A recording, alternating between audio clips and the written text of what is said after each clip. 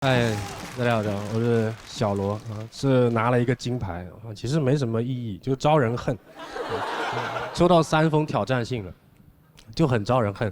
我觉得这个赛制也挺奇怪的。我想起来小时候有一个游戏，不知道你们玩过，叫《水浒传英雄卡》，很久远的一个游戏，就是你吃一包干脆面会获得一张英雄卡，然后一人出一张，然后大家在那翻过来，就是你啊，其实就是赌博嘛啊，只不过赌的不是钱啊，是大宋的气运。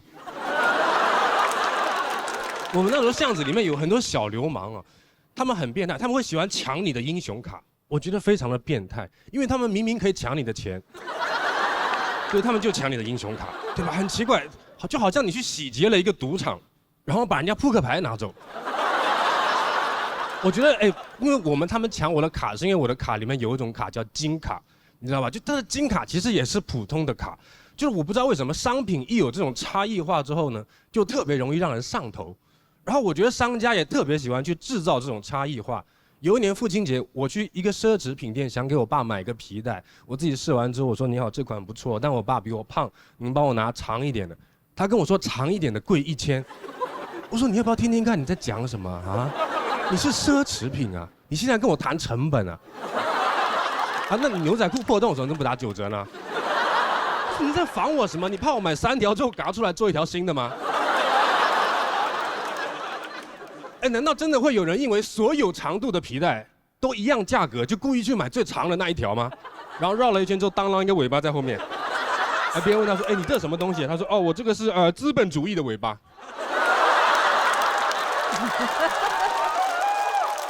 我觉得奢侈品你就要好好给人提供奢侈的感觉就可以了嘛，对吧？我给我爸买皮带，我就希望我爸戴上之后，别人会说：“哦，你儿子有钱，对吧？”现在我爸绕了一圈之后，只能到这里。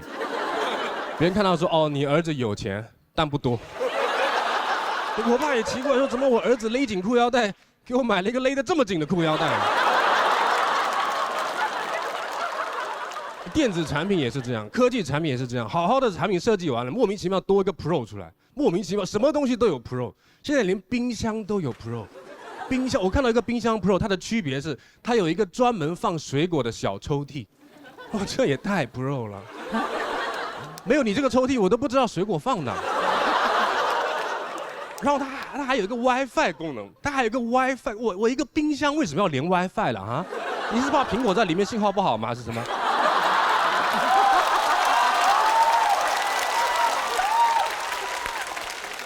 我有一次去买一个那种智能手表，2款普通跟 Pro 长得一模一样。我说我眼神不好，这款 Pro 是大一点吗？是什么？他说是的，先生，内存更大。我说手表要什么内存呢？啊，能存住时间吗？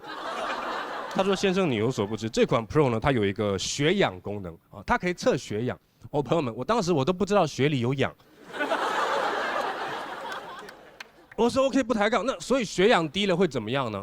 他说血氧低了会头晕。我说我不用看表，我也知道我头晕啊。我想问，现在科技是已经溢出了吗？哈？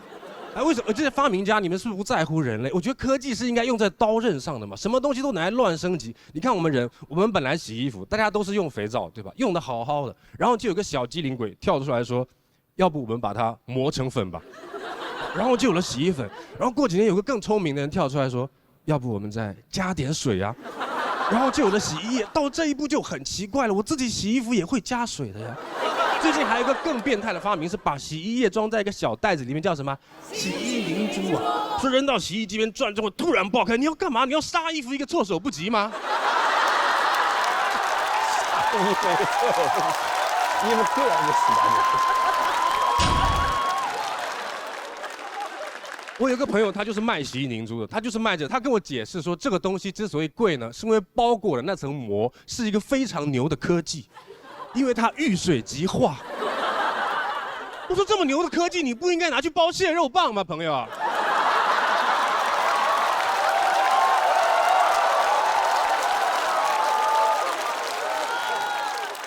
反正我买了一块没有血氧功能的手表，我可以接受功能溢出，但你至少让我可以跟我朋友炫耀吧。我这功能我怎么跟他炫耀？说朋友，你看现在92、100。我觉得手表就看时间的东西嘛，我也不知道为什么现在大家在手表这个领域有很多很奇怪的价值观。我有朋友跟我说，电子表都是最 low 的，最厉害的表都是上发条的。我说为什么呢？为什么？电不是很伟大的发明吗？富兰克林当年为了发现电的存在，在一个雷雨交加的天气，把钥匙挂在风筝上面去放风筝，这多危险啊！风筝被吹跑了都没有钥匙回家。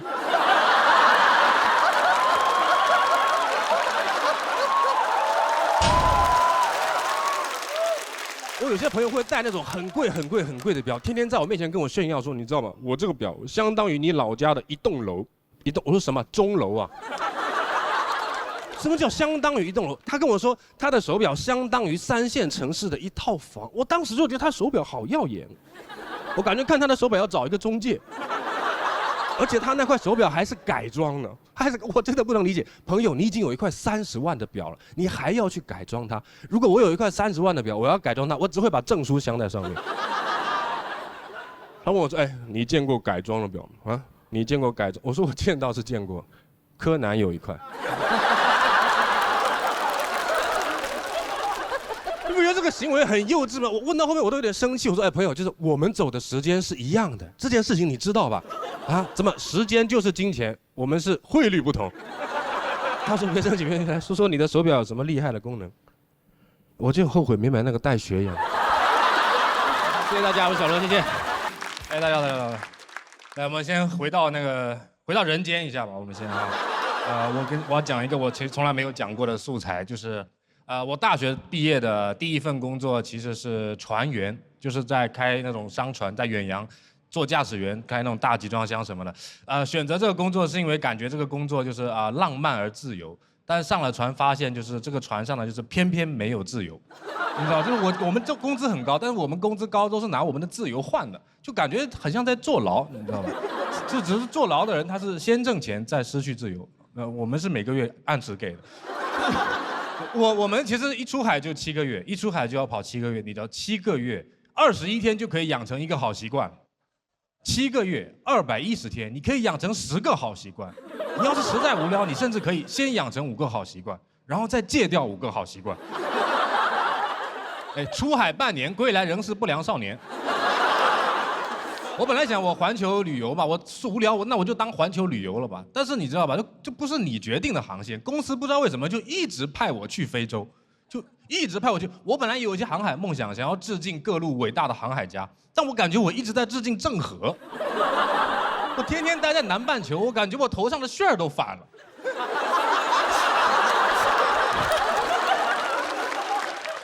就是你知道，在南半球待久了，你会特别想念北方，你会特别想念，我好想念我北方的福建老家。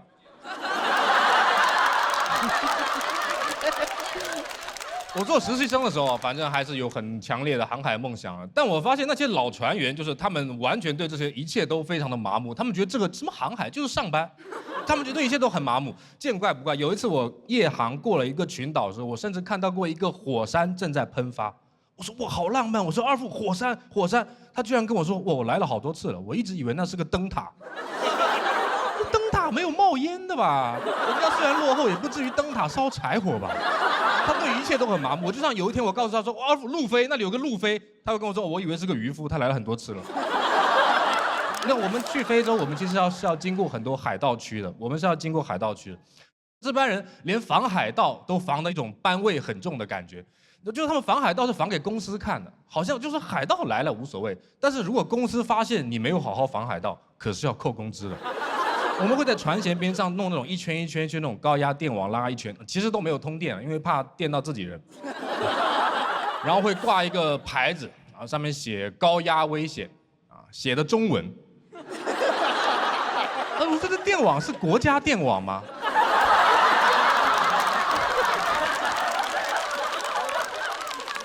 海盗英文都不一定看得懂了，写中文，你说怎么你就赌海盗里面有中国人是吗？就中国人只骗中国人。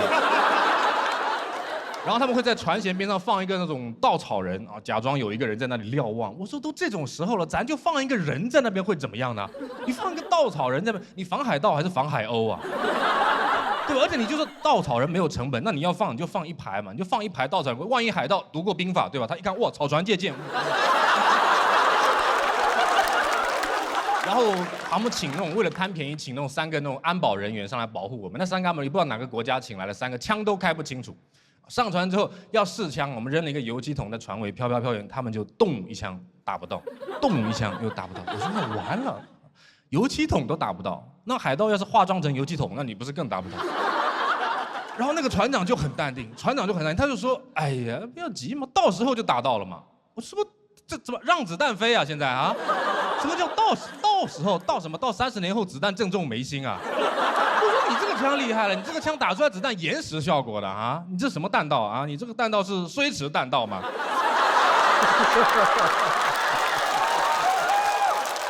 然后3个安保人员就跟着我们跨越印度洋，绕过好望角，嘣嘣嘣就跑到那个西非的一个叫几内亚湾的地方抛锚，一个锚扎下去，然后3个安保人员就走了，然后海盗就来了。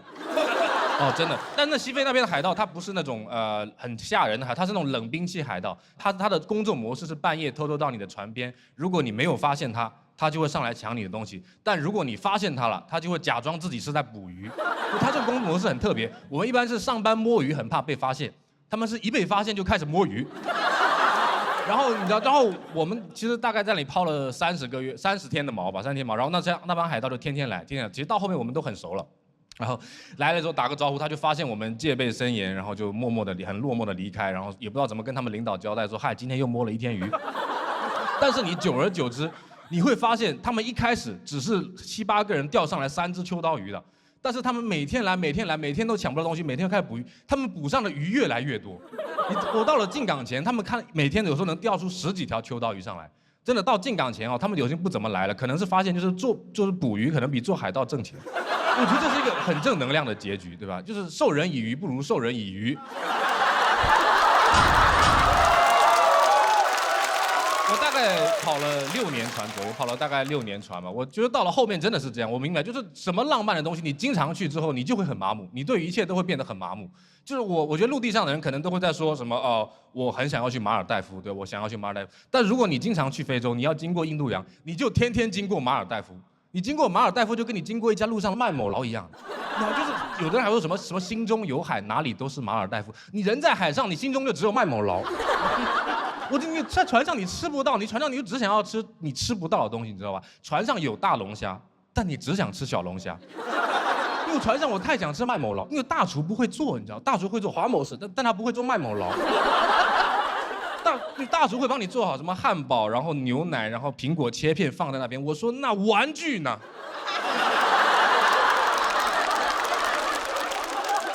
我记得我最后一个航次大概有跟几个实习生在国外靠了一个港口，然后下地之后，他们跟我一起下地。我说你们准备去哪里玩？他们说三副我在网上查了一个沙滩，我觉得很不错。我说去沙滩，你们该不会是要去看海吧？我说我不去。他说那三副你要去哪里？我说我去码头整点薯条吃。谢谢大家，我是小罗。哎，大家好，我是小罗，大家好。很开心录到决赛，快下班了对，其实写单口本身这件事情让我觉得很开心，我觉得到决赛也很不容易，其实也没有太大的野心想一定要获得什么，这件事情感觉有的时候跟同行很难对齐。就前段时间，大概1年多前吧，我来上海讲开放麦，我们俱乐部的人就叮嘱我说：“你去上海，你要想办法被看见。”我说：“我又不是鬼，怎么是谁看不见我了？我去哪里被看见？我去那种脱口秀演员专门去的酒吧，然后一有明星出现，我就抱着瓶啤酒在那边逆风如解意，容易莫摧残。没有什么野心，其实我就写段子本身快乐而已。我们小的时候好像一直在被教育，你一定要完成一件事情才能够快乐。我小的时候有一阵子很流行一个玩具叫4驱车，我不知道你们有没有玩过。我当时很想要一辆，我就跟我姐姐说能不能买一辆给我。她就说如果你现在就要，我就只能给你买盗版。但如果你能忍到期末考结束，我就给你买正版奥迪双钻。我说那我当然要盗版的啊。期末考结束谁还有心情玩4驱车啊？而且4驱车盗版的会怎么样吗？他会跑到一半停下来叫你输入序列号吗？但我真的太单纯了，我姐姐给我送我的那辆4驱车啊，它是后驱的，它甚至都不用电，你只要把它往后拉一下，其实我取这个名字，艺名叫小罗，就足以证明我完全没有野心了。因为我取这个名字的时候，甚至没有查重一下有没有另外一个演员叫小罗。就有的，你们知道上海有个演员叫小罗的吗？就我讲了2年单口，我才发现，我就在微博给他发私信，我说你好，我也叫小罗，我也说脱口秀，请问你会红吗？我想说你要红，我可能就要换 ID 了。他就很大度，他说放心吧，我不会红的。过了一会儿，他问我你会吗？其实名字也是个代号而已。我之前有个更朴实的名字，就是我妈妈本来给我取名字叫罗雨生，因为我是下雨天出生的男孩，就是我们那个年代取名字就是这么随便，下雨天出生就叫雨生，刮风天出生就叫风声，教室里风声雨声读书声。后来我妈跟我说，我改名没有叫这个名字，是因为我出生的那一年，我的老家经常下雨，有太多人叫雨生了。你在小区里面喊雨生，会有4、5个雨生跑出来，你知道那是一种什么感觉吗？那是一种与生俱来的感觉。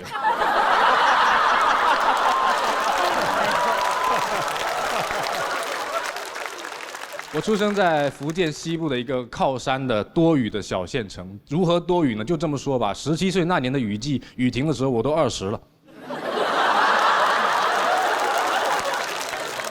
极其多雨。县城不像城市市政建设那么好，会有很多积水，下过雨很多小水坑。我整个童年最讨厌的事情就是有的小朋友他自己全副武装，他穿了雨鞋，他就会故意去跳那个水坑，然后那个水就会溅在你的小白鞋上面。这是一种非常高级的霸凌，他不亲手打你，他让你的妈妈替他打你。你知道有的小朋友他穿了雨鞋，他就故意踩水坑，他干的地方他就不踩了，他是这样跳着水坑回家的。我不知道怎么形容这个画面，就你们玩过打水漂吗？就老师说放学了，小朋友就回家了。后来我索性我受不了了，我就开始穿那种3、4块钱一双的塑料凉鞋。那个很好，你们塑料凉鞋不怕弄脏，对吧？甚至一场大雨过后，它更干净了。我是一个凉鞋爱好者，我9岁的时候跟着我们全家搬到厦门这个城市，当时我就天天穿着凉鞋。但我发现，就是城市的小朋友他们不穿凉鞋，他们甚至觉得穿凉鞋非常的土。我觉得你们真的不懂，我就在等一个下雨天，我要在下课之后给你们上一课。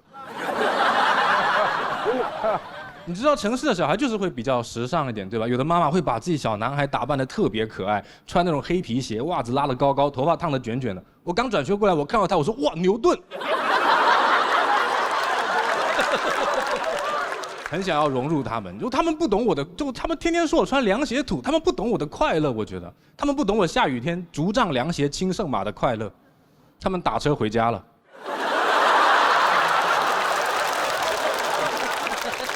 我一直有在尝试融入厦门这个城市，我一直在学闽南语，我到现在都没有完全学会，但我学会了纯正的闽南口音普通话，导致我很容易被人当作纯正的厦门人。小学的时候，我经常中午会去吃沙茶面，有时候我点菜点到一半，阿姨就会突然切成闽南语，我说大肠、猪血、鸭血，她就说：“哎呦，阿弟啊，出来吧，猪家来讲沙爹面。”我说好。Shut up, just give me the bloody noodles.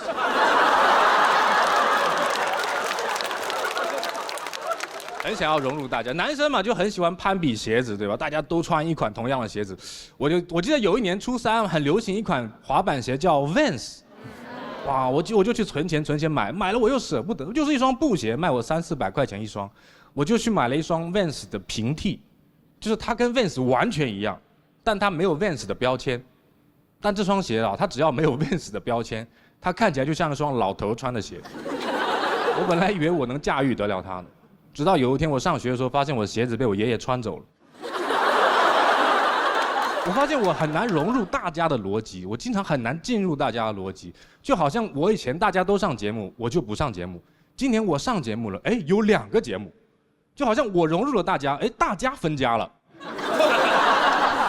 我到现在都没有理解今年为什么一定要有2个节目，好像资本一定要把我们分开一样。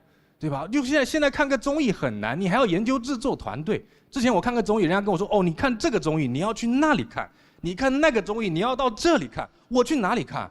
我会员充在哪里就在哪里看。我只是消费者而已，我也不想管你们的资本逻辑。你真的在乎那些资本分分合合的事情吗？你们在乎这个电子公司合并了那个科技公司，这个公司合，你们那么喜欢合并，你们把共享充电宝合并了吧？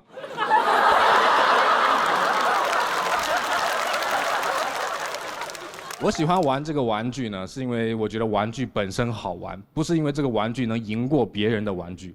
我姐姐当时送我那个车呢，它的学名叫回力车，其实挺好玩的，就拉着弹，对吧？挺好玩。但是小伙伴就一定要跟我比，他们拿他们的正版四驱车跟我比。我说行吧，那就比一下吧。我们就在县城的马路边拿那个粉笔画了一个起跑线，他们就把四驱车开关开好，然后按在那里。我也把我的回力车按在那里，然后往后退。我说我让你们2米，我那个车弹出去跑了10米就停下了，但他们的四驱车就再也没有回来了。谢谢大家，小罗。谢谢小罗的精彩表演，喜欢他的观众朋友们不要忘记为他投票，投票倒计时最后3秒钟，3、2、1，请锁票。谢谢小罗。罗老师之前是非常喜欢小罗，对对对，说今年的最大黑马也许没有之一。我一直特别喜欢，因为，我第一次来看的时候，一个误解，只是觉得他文本特别的好，然后表演好像只是正常，但后来回去看，我没在现场，但是播出的那些，发现表演也很厉害。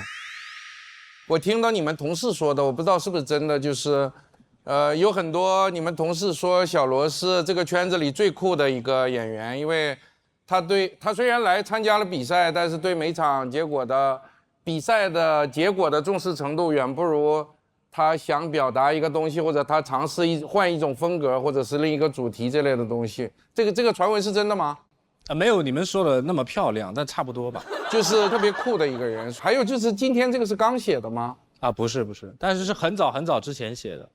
是一个比较老的段子，当于刚入行的时候的。但是我有一些困惑，刚才就是比如说你念了那个《甄嬛传》里的那2句诗，就是逆风如解意那个，容易莫摧残。但是那个一般念到古诗词这种夹到段子里的时候，会留一点儿时间上会说的慢一点，让大家理解那个怎么回事。结果你刚才就特别快的带过去了，所以我就不知道是什么原因。因为这个梗它本身跟表达无关，我觉得不值得，这个包袱不值得抖得那么大，就随口带了一下，明白。所以反正我就特别喜欢小罗，但是可以说但是吗？可以说，太可以作为小罗的粉丝，我不知道还有没有下一场，所以有点百感交集吧。但是大家都说你特别酷，也不太在意比赛结果，所以我就为你高兴。好，谢谢罗老师。天天姐呢？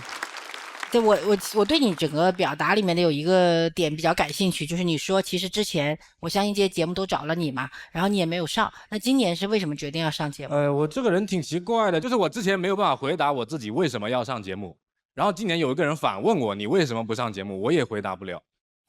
对，大概是这样吧。所以说服你去干一件事情的方式就是让你反向操作，有可能不知道为什么不要，所以你就去了。有可能。那你为什么不要拿冠军？这个是我不要的吗？那你自己有这个野心吗？还行啊，其实我觉得。因为他们刚才在讨论你的这种就是比较云淡风轻的态度嘛，因为我的感觉好像不是这样的，我觉得你是有野。大家好，我叫小罗啊，是一个线下的单口演员，也是一个喜剧编剧，会写一些 sketch 什么的。去年爱奇艺有个节目叫《1年1度喜剧大赛》，我不知道你们有没有看过我是那个第2季的编剧你们可以去看一下我写的作品叫《社畜的愿望》不会耽误你们很长时间，因为被剪了只剩25秒。然后我之前有另外一份正经工作辞职的原因是因为那个工作强度太大，身体吃不消了。我辞职之前做了一次体检，你知道那个体检报告如果指标偏高的话，在那个数字边上不是有个向上的小箭头嘛，对吧？我打开我的体检报告，几乎所有箭头都向上，我以为我升级了。真的太累了，我辞职之后没事干，我在家玩吃鸡我都玩进去了。我说这不就是我吗？天天背着个小书包，没事就找个地方蹲着，一天到晚收到。我之前是在一个事业单位工作，我觉得从事业单位辞职有很多很微妙的感觉啊。首先，你没有办法跟你的父母开口，对吧？你跟他们说，爸妈，我决定辞职了，他们听到的是，爸妈，我决定去死。然后你的朋友也没有人关心你啊，也不给你介绍工作，也不关心你，就天天阴阳你，天天阴阳你。我辞职之后过了2个月，我跟我朋友去吃那个冷面，然后走到饭馆里面，我那个朋友就说：“哟，这不是你刚丢掉的铁饭碗吗？”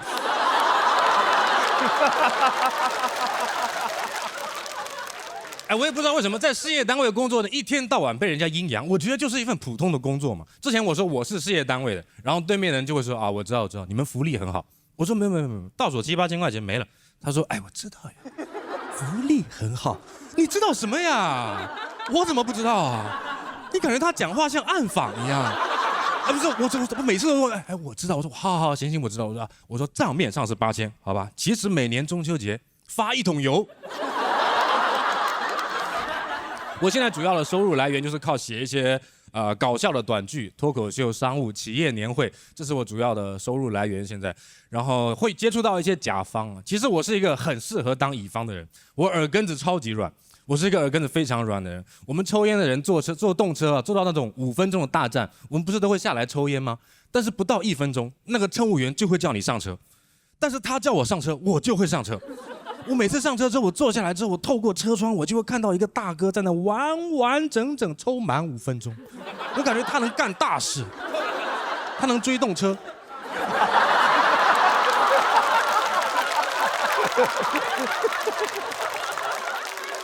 我超级适合做乙方，我是一个耳根很软，我对甲方几乎没有什么负面情绪，我对甲方就唯一的一个要求，我衷心的希望全世界的甲方都能明白一个道理，叫1分钱1分货。真的，我半年前我遇到过一个甲方啊，就你说他不懂喜剧吧，他又看过电视，假模假样的在看你的稿子，说，哎呦，这感觉跟那个电视上都不一样啊，感觉跟那个什么果的都不一样啊。他说，哎，你们线下演员跟线上演员写的东西都不一样的吗？我还很耐心跟他解释，我说老板是这样，我们线下演员呢就好比是那种普通的安卓机啊，线上演员呢就好比是 iPhone， 我们做工虽然没有他们那么精良，但是功能是差不多的嘛，对吧？你非要说有什么不一样，那就是有些格式我们这边可以，他们那边不能播嘛。我说老板，你看过电视，我们就更好沟通了。哎，你看这个段子，你看这是不是至少一个灯？至少一个灯，他还挺懂。他说1个灯哪行啊，1个灯都要被淘汰的呀，起码要3个灯吧。他说我很喜欢那个刘海，哎，喜欢那个刘海。他跟我说你就跟他写一模一样的嘛。我能跟他写一模一样的，我为什么不上电视呢？对吧？大家聊天真诚一点嘛。那你那么喜欢徐志胜，你为什么不找他来写呢？该不会是因为请不起吧？对吧？1分钱1分货，你花的就是普通手机的钱，你为什么要去追求 iPhone 的品质呢？你会在手机店里面拿着一个1000块钱的安卓机说，哎呦，这跟那个什么果的都不一样啊。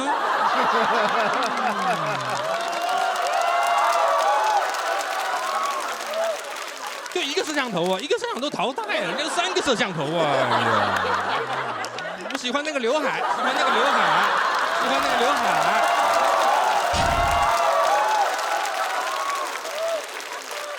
其实我辞职的原因很简单，是因为我上一份工作的作息非常的不规律。我现在是一个被动的在全职做喜剧的状态。我现在作息非常规律，每天写稿写到早上5点。我觉得人在这种时刻，就是什么阴暗的想法都会有，很想抄袭。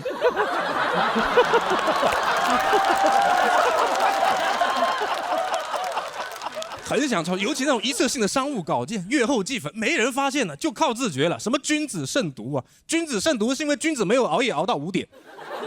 但我又觉得我应该堂堂正正的挣钱，我是不是应该站着把钱挣了？但是现在已经5点了，我知道我 Ctrl+C 加 Ctrl+V 我就能下班了。我在凌晨5点钟，我天人交战，我又想站着挣钱，我又想早点下班。有一天我实在受不了，我就把键盘上的 Ctrl 抠掉了。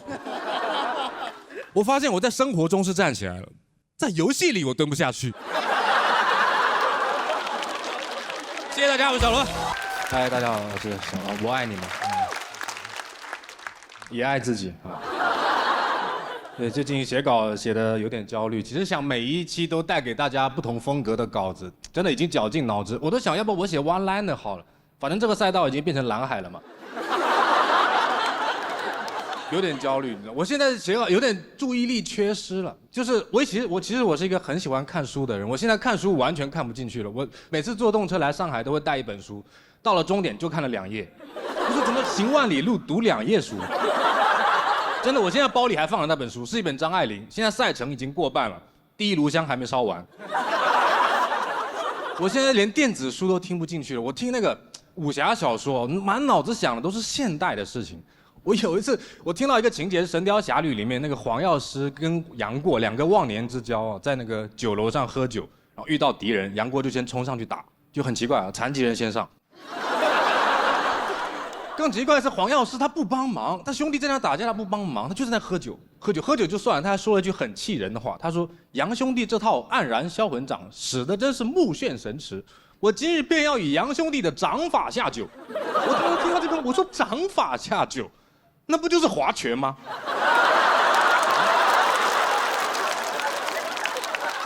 掌法下酒5、10、15，你杨兄弟都只能出到5。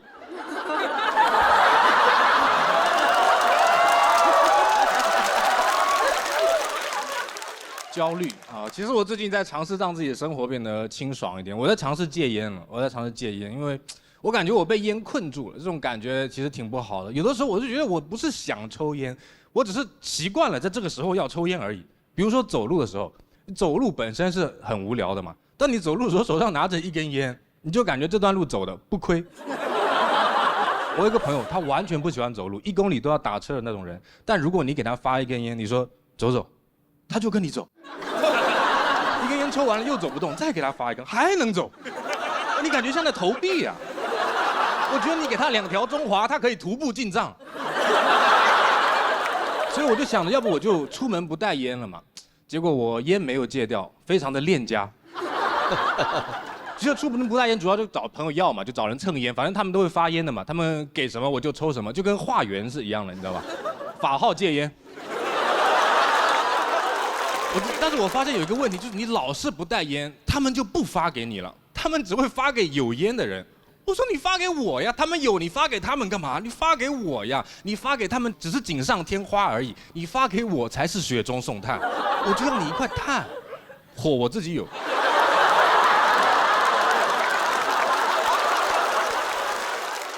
有的人会建议我用电子烟来戒烟，说它这个东西可以替代真烟，你抽电子烟吗？我其实有点受不了，你知道吗？电子烟它抽的那个东西是叫烟油嘛，对吗？那不是我们过滤嘴过滤掉的东西吗？啊，你抽那不相当于口罩摘下来反面拿来插嘴吗？我之前看人咕嘟咕嘟在我边上抽电子烟，感觉很像你吃火锅的时候撇了一碗沫子，然后边上说哟，咵一口给你干。我是试过的，完全没有用，造成的结果就是我抽完1根烟之后，我需要抽一会儿电子烟透一透，有一种原汤化原食的感觉。他们跟我说，哎，这个可以替代真烟的，因为它也有尼古丁，电子烟最傻了，就是它也有尼古丁，尼古丁不是烟里面最差的部分吗？我为什么要找个替代品，只留下最差的部分？你会跟你朋友说，哎，你失恋了吗？我给你介绍个男朋友，他一切都好，但是也出轨。电子烟还科技革命啊，叮铃咣啷一顿革命，皇上留下了。我就觉得你保留了电子烟，它不是变成了一个纯上瘾的东西了吗？啊，哎，假如你看电影里面有一个人物他在抽烟，你会觉得是人物需要、角色需要，对吧？如果你看到这个人物他在抽电子烟，你会感觉是演员需要。所以我就觉得用电子烟来替代真烟戒烟，就是完全是自欺欺人，就好像你说哦，我减肥我不吃碳水了，然后这边挂着葡萄糖，然后还安慰自己说，我这不是一般的葡萄糖，我这个是薄荷味的斩铁剑微醺葡萄。我其实觉得，我说实话，有的时候我是想要戒掉瘾，但我不想要进入另外一种成瘾。有些人有的时候会为了摆脱一种束缚，会进入另外一种束缚。其实我当时学抽烟呢，也是想要摆脱一些条条框框的束缚。当然，这是一种很廉价的叛逆。但是我有时候会想，这个事情它真的叛逆吗？啊，真的叛？老师不让我抽烟，我就去抽烟；老师不让我留长发，我就去留长发。我也太好控制了吧？如果老师有天跟我说你可以抽烟，但是你不要吃槟榔，我说好，老师，那我去吃槟榔。对吧？我就有的时候觉得，其实我不是叛逆，只是你想做一些别人不让你做的事情而已。所以我其实现在想，我也许看不进书，但是我小的时候很喜欢看课外书，现在看不进。为什么？是不是因为课没了？就像我当时选择跑船，也是不想被现实中的事情困住，结果我被船困住了。但恰恰我唯一一次成功的戒烟就是在船上，因为你买不到就没得抽嘛。而且我在船上的时候，是我看书最看得进去的时候，所以我现在有的时候想，要不我去船上 gap 1年吧，然后我就翻我的证书，我发现已经过期了，更想去了。谢谢大家，我是小罗。大家好，大家好，我是小罗啊。然后我也看了播出了，非常的羞耻，感觉在电视上站没站相，坐没坐相，一点都不像喜剧之王。我感觉我跟他们站在一起，感觉就是那个画面是喜剧之王和他们的朋友。其实我是这个组里面分数最低的一个，有一种名校里面吊车尾的感觉。我高中就是在一个名校里面吊车尾。高三的时候想要最快的提升成绩的方式就是把作文写好，因为那个分数真的很多。但是我的文风怎么说呢？就是梗很多。然后我们老师说你不要用那么多奇怪的修辞嘛，让我写一点内容深度严肃的东西。他推荐我去看一个叫许知远的人的书。看了，真的买了《中国纪事》《纳斯达克的一代》，买了一堆。我背了很多许知远的金句。我上考场之前，我脑子里都是许知远的金句。我本人高考作文第一句话：这个时代病了。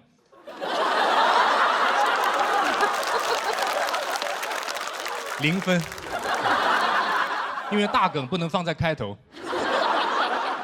我就是挺喜欢修辞，我就喜欢细枝末节的东西。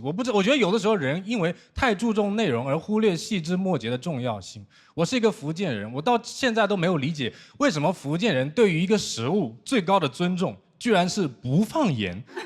我妈经常跟我讲的一句话是：今天这个汤很好，我故意没放盐。我说你不应该是不小心没放盐吗？你的越贵的食材他们就越不放盐，比如说老鸡汤，他们是不放盐的，但是普通的小鸡的汤，他们就放盐。怎么鸡是越活越咸吗？还是老鸡会跟小鸡说，老子吃的盐比你吃的米都多？老鸡也很无奈，说我一片真心换来了一个无盐的结局。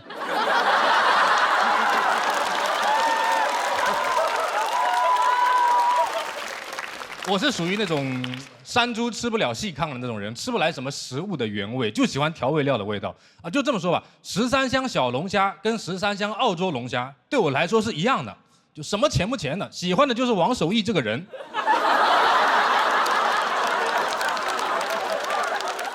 我当时经常求我爸妈，我说我们放点盐吧，不放盐不好喝。他们就会说，哎，暴殄天物，放盐就暴殄天物。他跟我说这个汤很好，不放盐就很好喝。我说那放了盐不是应该更好喝吗？哎，这个道理是不是像如果有一个帅哥，他长得很帅，他剃平头穿白 T， 他就可以很帅。但是问题是，帅哥留了发型，他穿了西装，他只会更帅啊！你不会说一个帅哥穿西装是暴殄天物吧？你只会说哇天物我一个暴殄。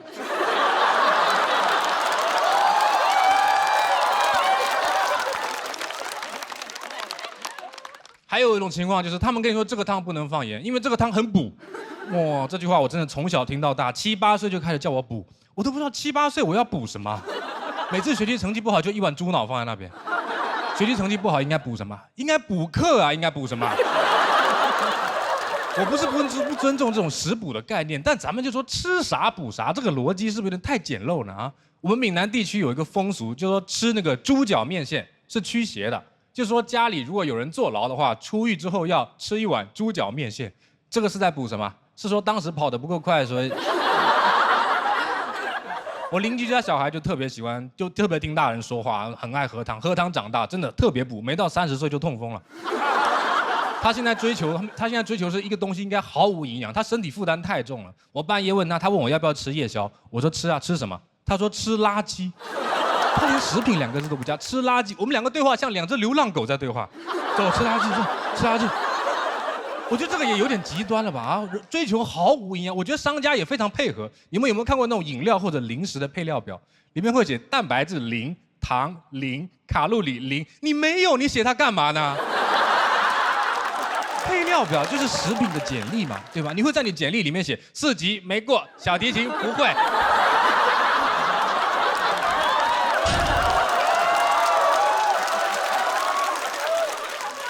什么都不加，还居然很骄傲，你知道？我最不理解是无糖可乐，无糖可乐是什么东西啊？可乐叫肥宅快乐水，没有糖你还快乐什么啊？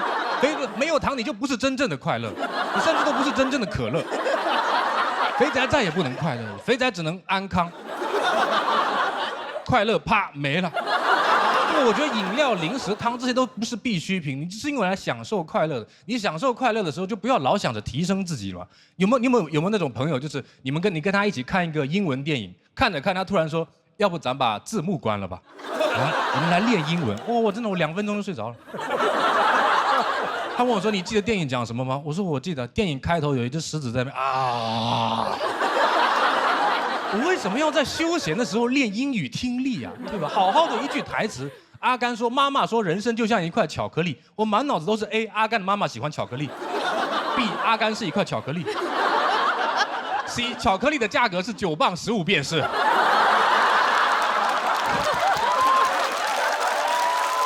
就像你听脱口秀，很多人都很希望脱口秀有教育意义，如果内容跟梗是一样重要的。你说皮之不纯，毛将焉附？但毛之不纯会冷啊。你不可能听了10分钟脱口秀完全不好笑，但是说但这段表演很有营养。我觉得脱口秀就应该好笑嘛。有人说你肯定是羡慕那些比你有内容的演员，线下专场卖票卖得比你好，说我肯定是吃醋了。我说哎是，但我喜欢吃醋，因为醋也是调味品。我就是为了这个醋包这个饺子。谢谢大家，我小文。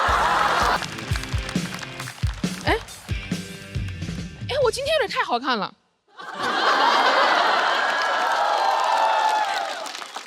的，今天我看我自己，我说哇，人间水蜜桃，都有点不好意思讲我今天的内容了。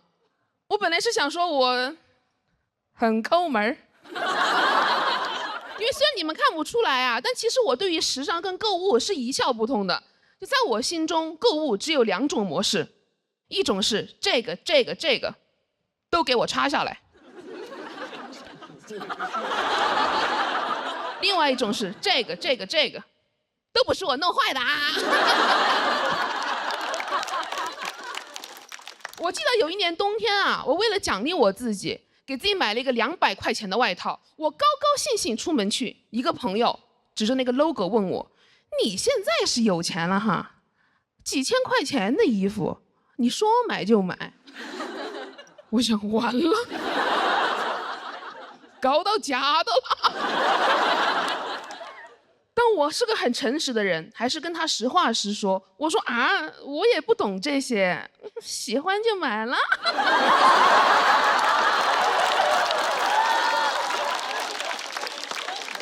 最近呀，一个朋友跟我说，你现在呀也是红了，我带你去趟香港，了解时尚，顺便呢勇闯富豪世界。一到香港，我朋友就说，你别把你的通行证弄丢了，放到我的 LV 钱包里吧。我说这就开始闯了。他把他的钱包拿出来，我说这个上面也没有 logo 啊。他把钱包徐徐翻开， LV 在夹层里。我说哦，图穷驴线。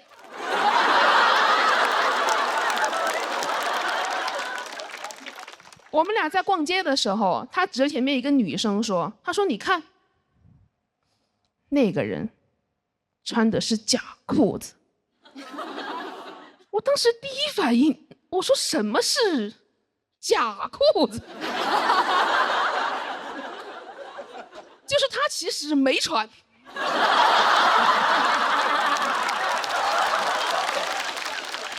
那个是人体彩绘。后来我朋友带我去看香水，他说他喜欢祖马龙，因为很低调，但是别人一闻就知道是祖马龙。到这儿我真的忍不住了，我说这个别人，他到底是谁呀？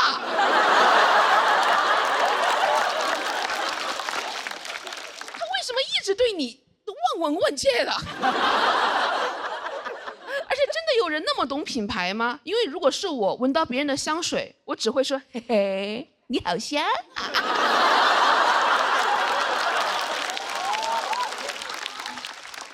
我就跟我朋友说，你是不是有点太被消费主义洗脑了呀？他说那你回上海的时候，我帮你升舱吧。我说消费主义也好香啊。那个其实是我第一次坐公务舱，我是非常紧张的。我坐那儿之后呢，想调座椅靠背，摸了半天，也没有摸到开关。你知道，主要是也不敢大摸。不了解公务舱，我怕我摁个啥按钮，给飞机舱门弹开了。那样的话，我的惊呼声会显得很像祈祷啊，门！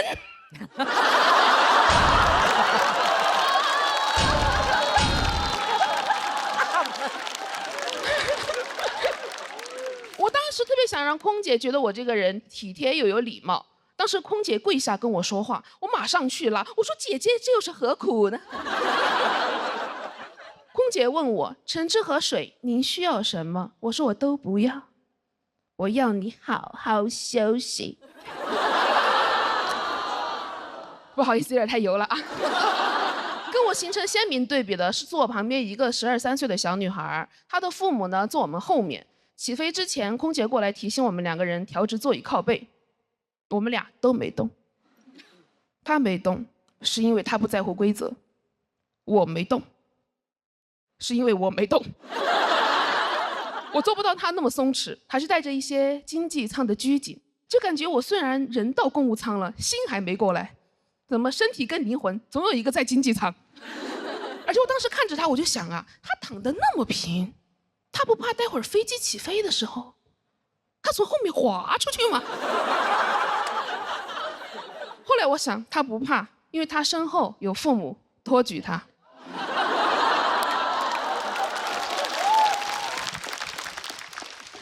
而且当时更让我生气的是，她背了一个香奈儿包。我说：“你12、13岁，你上初中哎，你背香奈儿干嘛呀？你拿它装笔吗？”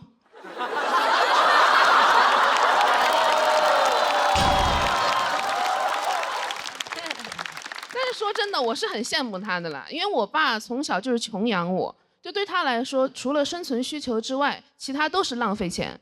我10岁的时候想吃榴莲，我爸就不高兴，他说：“你是真的想吃榴莲，还是因为它贵呀？”我说：“有没有可能就是馋呢？”我知道我爸可能怕我以后啊过度爱慕虚荣，但是榴莲有点太没必要了吧？那长大以后别人拜金，我拜金枕榴莲。哎，我本来只是一个馋嘴的小女孩，在我爸那儿我会成为一个榴莲捞女。其实我知道，就是当时在飞机上碰到那个女孩的那一天，是我整个人生当中第一次特别的想要一个香奈儿包。但多年的教育，使我决定买个假包。经过我详细的市场调研，我发现那种很真的假包，也要3、4千块钱。我当时问那个店家，我说：“这真的是假包吗？”他说：“哎，包假的。”其实我很清楚，我想要的根本就不是那个香奈儿包，是那种在任何场合下都可以很自在的感觉。但我还是想要一个香奈儿包，里面装满榴莲，这样别人一闻就知道，这才是真正的丑男儿。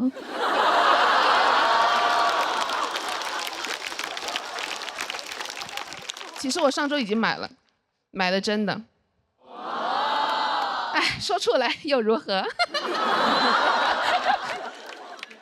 真的，我今年很想多赚钱，我想给我妈也买一个香奈儿包，给我爸买一个刮胡刀，手动的。他如果有意见，我就问他：你是真的想要电动剃须刀，还是因为它贵呀？谢谢你们。嗨，朋友们，嗨，稍微先解释一下这个手哈。就是在刚才休息的通道里边，因为太暗了，摔了一跤啊！想过在这轮输给堂姐，没想过输给黑灯。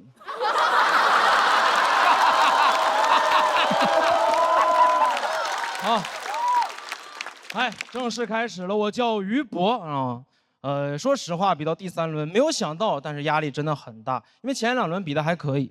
第1轮6块金牌，哥们儿上来就拿了一个。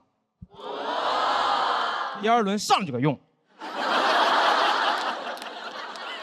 非常符合我的消费观念，兜里有就得花。啊，用了一块复活金牌，现在是全场唯一的活死人。说实话，这个月一直在自我怀疑，是不是太差了？我就是那种很容易自我怀疑，然后逃避面对的人。来了上海这么长时间了，我是因为觉得自己英语差，不敢和外国人说话。但不是说真的差，英语还可以高考，但就是自卑。我在想，我是上海本地小孩，我小时候见过外国人，我长大肯定落落大方。我说 homie， let's go neighborhood right？ homie 哈，因为我是活死人。我哪管是省会小孩呢？我小时候见过外国人，我妈也会自信地推着我去背英语课文，对吗？新概念 ，Last week I went to the theater， 快点，张嘴，别逼我干你，快点。但我是农村小孩，我小时候见过外国人，对我们来说只能是侵略者。在农村见着外国人是我一生的阴影。在老家见着2个白人，我说这是啥呀？怎么了？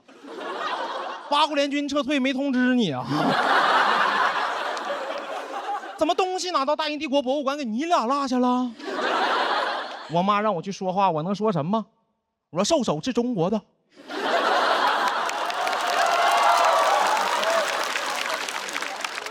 他说哥们儿，我也是中国的，我少数民族。还是来了上海，因为自卑感到落差，就是来了上海才意识到，原来英语是一门语言呢，它怎么能拿来交流呢？我们的英语只是一门学科落在试卷上，还交流？我们的英语学的跟捧哏似的，最多保证话不掉在地上，还什么听说读写，我们就是嗨，没听说过。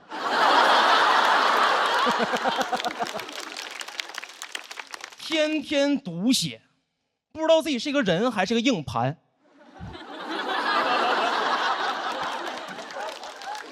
啊，不是说为了抖一个谐音梗，是因为我们那年黑龙江英语高考英语不考听力，不是说真的不考，就是播放但是不算分儿，高考当白噪音放。我们训练的不是如何听懂外国人说话，训练的是如何在外国人说话的时候屏蔽。专心干自己的事儿，快点！阅读理解，写作文，快点！长大了，外国人说话不是听不懂，听不见。一听着外国人说话专注，出国都没有工作，特别适合给外国人做美甲。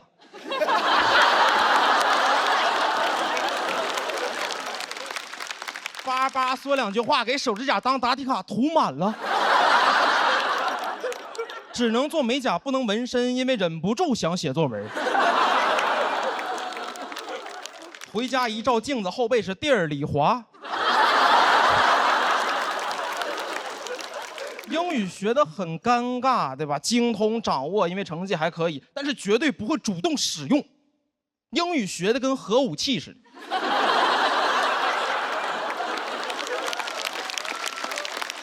朋友还问呢，说你会不会？我说会。他说那你说呀。我说还没到时候。我方不使用，但掌握英语威慑。别说英语了，来上海中文都快不敢跟别人说了。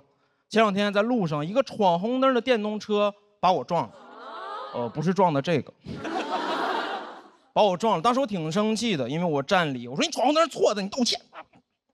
他理直气壮。他说我在闯红灯的时候故意站在路中间，我没有父母。说我在马路中间站着是为了投胎见我的父母，给我一顿骂。在他眼里边，我是一个恶意撞他的孤儿，我是个肇事孤儿。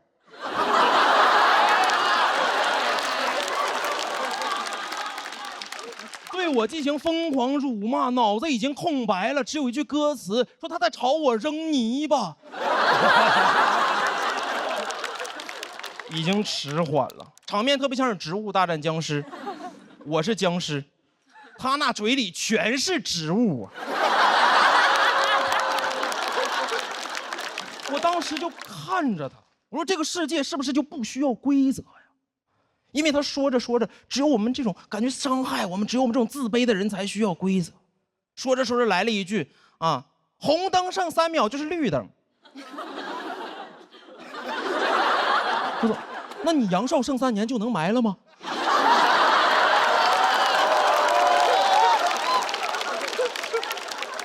我就是觉得，怎么有的人狂妄到就可以修改规则呢？你没有办法说服他们，很难。难道说服？当年我们老师让我读说服。但说服从来没有真的读过说服，人怎么能修改多音字呢？这不是欺负那些没有人撑腰的多音字吗？有人撑腰的怎么不欺负呢？啊，单依纯，那粉丝不骂你吗？你搁那犟嘴，哎，如何呢？又能怎？我就是觉得这个社会任何角落都需要规则，这是我们自卑的人的堡垒，甚至别人家。我受不了一去朋友家是吧，当自己家一样，我不能把这儿当家。我真把这儿当家，我就把你撵出去，我不喜欢别人来我家。当时有2个发小来上海看我，当时就是假客气，我说你们2个随便坐。一个哥们儿开始翻我的衣柜，另一个翻我的冰箱，我往那一站，像个中介似的。我这从东北来看我，还来看房的呀？怎么直接拎包入住了？然后2个人吃会儿外卖，一个哥们说在这住吧，另一个说好。我说啊。2个人躺到了沙发上抽烟，很过分，但碍于情面，只能小小的报复他们，在他们抽烟之前拿走他们的火机。做到这种程度了，他们才被迫用燃气灶去点烟。拿完之后，觉得自己很无助，感觉自己特别像是印第安人。有没有可能当年印第安人也就是客气了一下？和第一批下船的欧洲人说，你就当自己家一样。他们直接拎包入住了。印第安人往那一站，欧洲人说在这住吧，另一个欧洲人说好，印第安人说啊。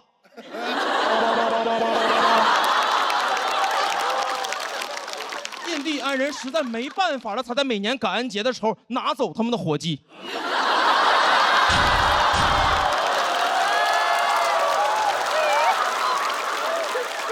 我真的觉得自卑的人的底色和印第安人是一样的，我们最大的共同点就是都不会说英语。第一次在老家见到白人，都是我们一生的阴影。我们就是站在那里不动，他们向我们走来，我没有办法说服他们，但是我希望能永远说服自己。谢谢你们。大家好，我是嘻哈。哎，欢迎大家，我给大家做自我介绍，我是一个空姐，看得出来吧？听得出来气血很足哦，应该看得出来，感觉到不好欺负啊。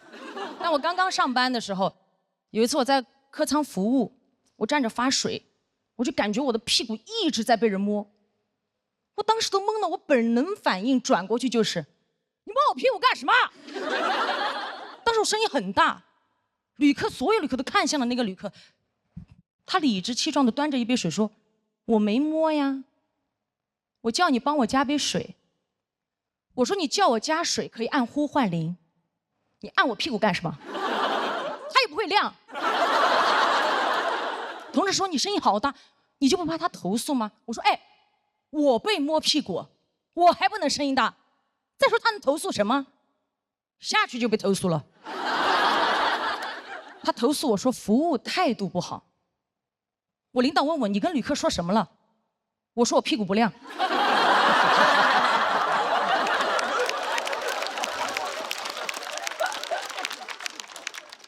领导说你怎么能这么跟旅客说？我说就是不亮啊，你的会亮吗？给我看一下。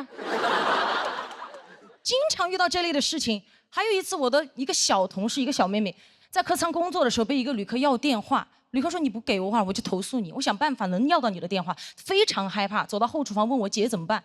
我说我跟你一起去。我走到那个面前，我说你是不是要他电话？你连我都一起要了。旅客说我不要了。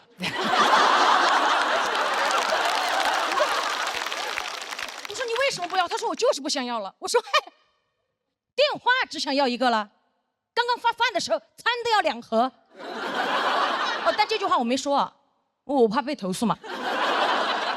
后来下去还是被投诉了，他投诉我非要给他电话。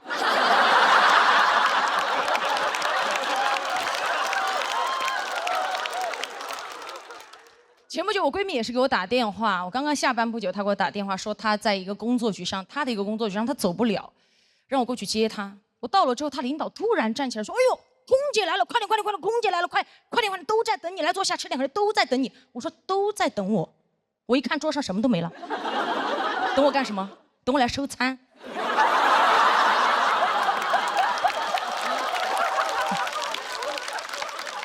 老子刚刚下班又要上班，刚坐下，他领导就递了一杯酒在我面前。我说我不喝酒，真不喝了。他领导说：“哎，你们空姐不是都挺能喝的吗？”我心想，什么叫空姐都挺能喝？你见到的空姐都是站在门口，您好，欢迎登机，15、20没有过，这样吗？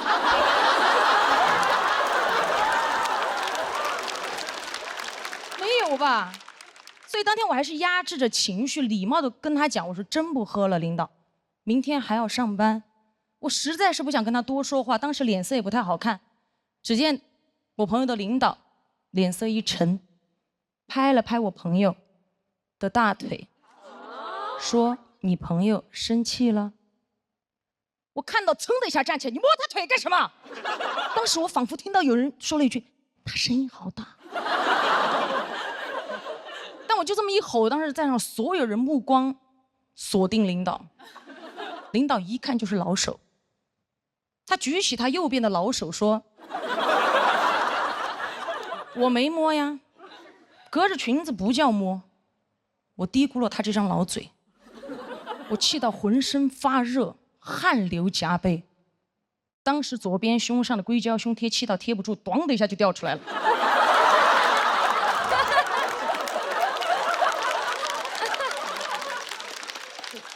我捡起来想贴回去，突然看到有一只蚊子飞到了领导脸上。应该有一只蚊子。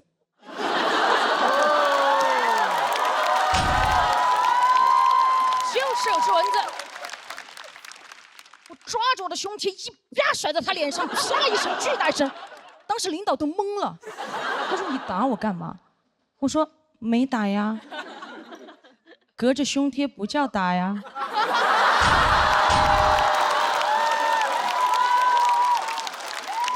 好想跟他讲，这是一个女人宽广的胸怀拍在你不要的脸上。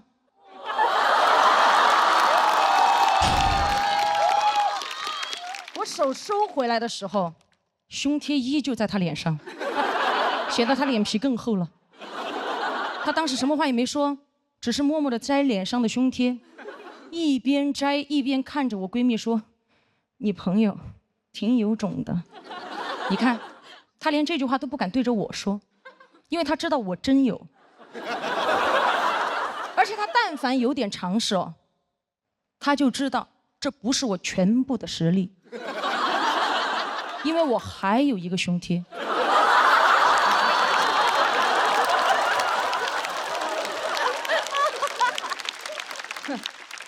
回家路上，闺蜜就在车上担心嘛，因为她的领导跟我领导认识，会给我穿小鞋。我说可笑，什么叫穿小鞋？我胸贴都不穿。后来我朋友领导还威胁她，让她不要把这件事情说出去，不让她在公司说。好，我上电视上说。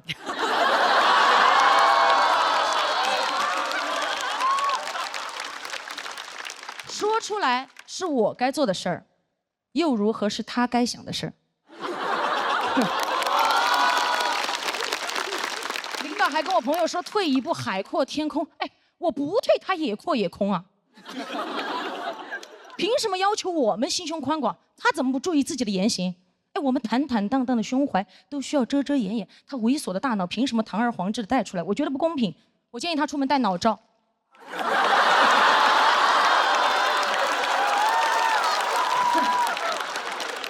爽啊！还有这个领导，如果你不想被骂，你就别做，对吧？如果你做了，你就别怕被骂。如果你觉得今天我骂的脏，哈，隔着屏幕也不叫骂。谢谢大家的喜欢。哎，大家好，我是王源。哎呀，第三轮了啊，该讲点原生家庭了啊。哎，我小时候，我爸爸妈妈是开小饭馆的。卖点什么包子、饺子、米粉、面条之类的。我们家的饭馆名字叫好好吃，只有我一个人听进去了。我每天都坐在饭馆里面好好吃，但我们家饭馆的生意还是一般，爸爸妈妈呢就是闲着是闲着，不如就吵点架打点架。饭馆嘛，也需要一些真正的人间烟火哈。我印象里面最深的画面就是两个人忙着忙着，突然就打起来了，从那个店门口打到后厨，两个人简直不知天地为何物。甚至有的时候就是你一盆肥肠，我一盆牛肉的互泼。我们店里面有些顾客明明点的就是一碗素面，吃着吃着就变成了臊子面。而且我是来了上海过后，我才知道你们这边管臊子叫浇头。我觉得这个叫法简直太对了。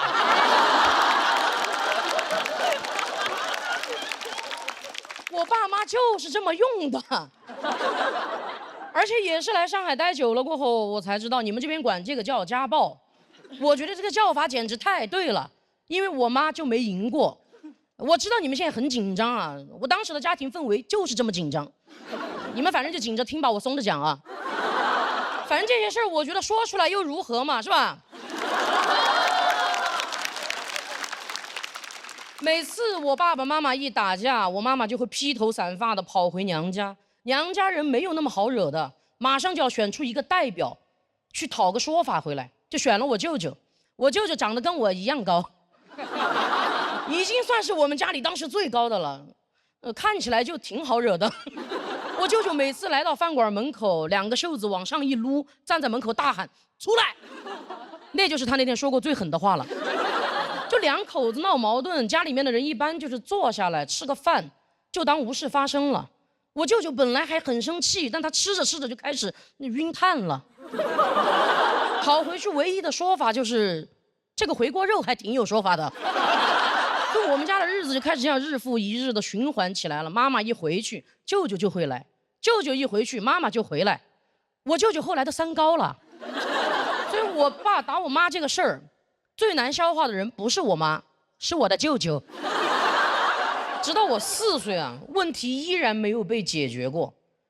我舅舅趁着唯一一次还没有吃晕碳的时候，就悄悄地跟我妈说：“抛嘛，不行就抛。”我舅舅实在是不愿意吃回锅肉了，我妈也决定要跑，她就开始偷偷的在饭馆里面存钱。那个时候卖一碗面，她能存5毛；卖一笼包子，她能存3毛。所以有段时间，她经常就在店里面给客人推销面条。其实每个吃过我们家面条的客人都助力了我妈的逃跑计划。我都在想，幻想我妈妈逃出去那一刻，别人越狱是 freedom， 我妈妈出走 noodle。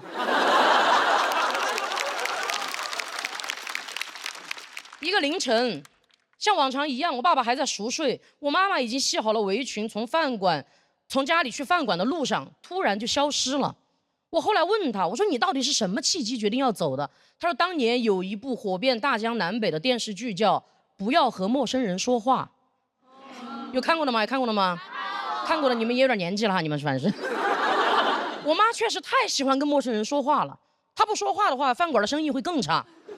就这个电视剧把我妈妈一个艺人都听 emo 了，她看着看着就在想说啊，还能这么打？越往后面看越说，哎，还能这么跑？我妈跑了过后，其实我爸爸那边的所有3亲6戚都对我爸爸发起了直达灵魂的羞辱，就问他说：“你连你老婆都管不住，你算什么男人？他在存钱的时候，你到底在干什么？怎么可能就找不回来呢？中国就这么大。”我爸爸真的受不了羞辱了，他决定学习冯远征，亲自远征，去我妈妈娘家找人。其实我妈妈就藏在村子里。但村子里所有的人一看我爸爸来了，平时最爱扯闲话的几个大娘就靠在村口，你一句我一句的，几个人就，哎呀，那个跑了，跑到上海去了，不是上海，北京。哎呀，你们都搞错了，跑到美国去了。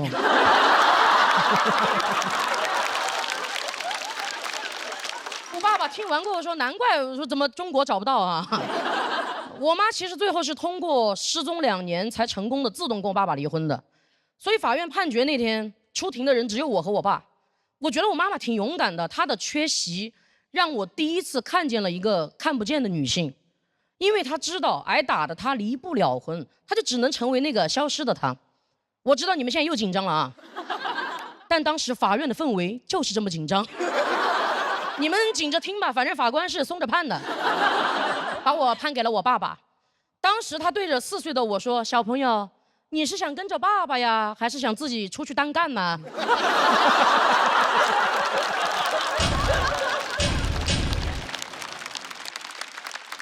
我妈其实中途一直都有偷偷的联系我，所以在我成长的每一个重要的节点，我都有一个看得见的妈妈。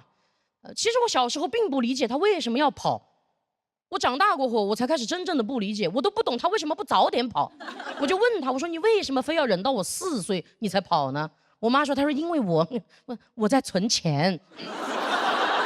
我就问她去哪儿了，她说从云贵川跑到江浙沪，从大西北跑到北上广。我一听，跟我去年专场巡演的路线一模一样。但我是背着包袱去讨生活的，我就在想，我妈是怎么生活的呢？我觉得我低估了我妈妈，她是系着围裙跑的。一个系着围裙的女人，跟一个扛着梯子的男人一样，可以随意的出入任何的公共场合。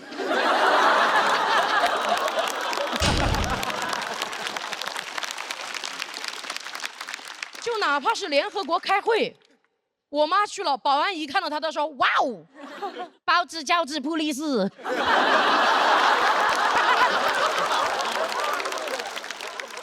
就算哪天她真的饥肠辘辘、无处可去了，她甚至可以随机混进一个饭馆 ，cos 里面的服务员，自己给自己打员工餐吃。就被人发现了，又能怎么样呢？跑嘛，反正从饭馆跑，她熟。而且最后跟大家分享一个好消息啊，我现在跟我的妈妈生活在一起。我在成都的郊区买了一个小房子。其实我从中专毕业过后就一直在疯狂打工存钱，直到我接触了喜剧，我发现演一场即兴喜剧我可以存200，演一场单口拼盘我可以存300，所以有段时间我就特别爱演拼盘。因为我知道爱拼才会赢。我妈妈看我这么疯狂的存钱，她也挺紧张的，生怕我要跑。我说：“妈妈，这个家没有人需要再跑了。”谢谢大家，我是王悦，谢谢。